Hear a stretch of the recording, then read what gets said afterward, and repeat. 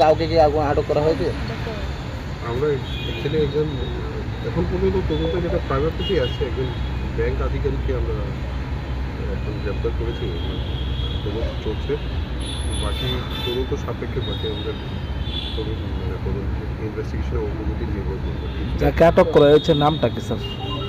আর নামটা ওনার শ্রীমত রামিয়ানি শ্রীমত।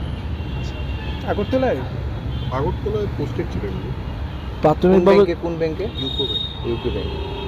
আর তার সঙ্গে কি আর কেউ আছে, কোনো লিঙ্ক পাওয়া গেছে? সেটা আমরা দেখছি, মানে এই মুহূর্তে আমার পক্ষে বলা সম্ভব হচ্ছে না, কারণ তদন্ত চলছে।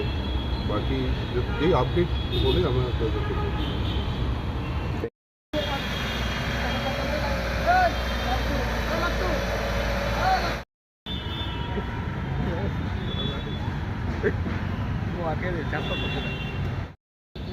আপনার